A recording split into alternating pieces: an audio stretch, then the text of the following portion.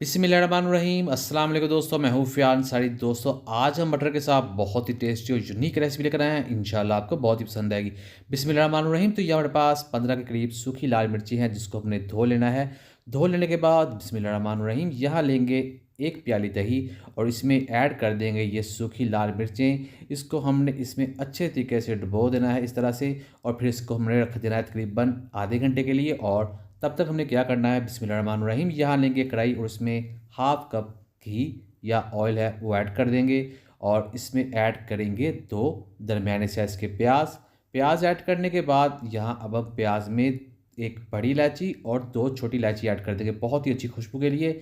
और यहाँ अब इसको हमने पकाना है जब तक प्याज जो है लाइट गोल्डन कलर का नहीं हो जाता। तो ये देखिए हो चुका है। 1 टेबलस्पून कुटा हुआ अदरक और लहसुन ऐड कर देंगे और इसका कच्चापन यही ख़त्म करेंगे। फिर इसमें जाएगा टमाटर, एक बड़े साइज़ का टमाटर ऐड कर देंगे और इस टमाटर को पकाएंगे जब तक ये सॉफ्ट नहीं हो जाता।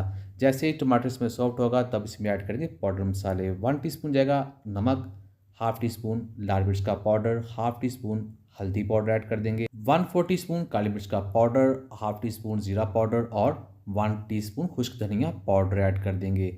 मसाले ऐड करने के बाद अब हम इसको पकाएंगे। इस मसाले की करनी है हमने भुनाई अच्छे तरीके से। जैसे इसकी भुनाई हो जाएगी तब हम इसमें ऐड कर देंगे मटर। तो ये हमारे पास है 700 ग्राम। बिस्मिल्लाहिर्रहमानिर्रहीम। तो मटर ऐड करने के बाद हम यहीं पर इसमें ऐड कर देंगे आलू भी। आलू है तकरीबन आधा किलो, तो ये भी इसमें ऐड कर देंगे। आलू ऐड करने के बाद अब हम इसको 2 मिनट के लिए पका लेंगे। 2 मिनट पकाने के बाद जो हमने दही और मिर्ची रखी थी साइड पर, उसको इसमें ऐड कर देंगे। बिस्मिल्लाहिर्रहमानिर्रहीम। इसके साथ इसमें बहुत ही अच्छा फ्लेवर आएगा। जो सूखी लाल मिर्च है इसको बहुत अच्छा फ्लेवर देगी, टेस्ट देगी। तो यहाँ जैसे पकाएंगे दही का जो पानी है वो बाहर आ जाएगा। तो इस दही के पानी में मटर को पकाना है। ये देखिए जैसे हम इसको पका रहे हैं, दही का पानी छोड़ दिया है। तो यहाँ तकरीबन हमने इसको 2 से 3 मिनट के लिए पका लिया है। अब हम इसमें मज़ीद पानी ऐड करेंगे, तकरीबन 1 कप के करीब पानी ऐड कर देंगे। और इसके बाद हमने इसके ऊपर ढक्कन लगा देना है ताकि मटर जो आलू है अच्छे तरीके से गल जाएं। बिस्मिल्लाहिर्रहमानिर्रहीम। तो यहाँ देखिए अल्हम्दुलिल्लाह मटर आलू अच्छे तरीके से गल चुके हैं और हमारी रेसिपी टर्न होने के करीब है।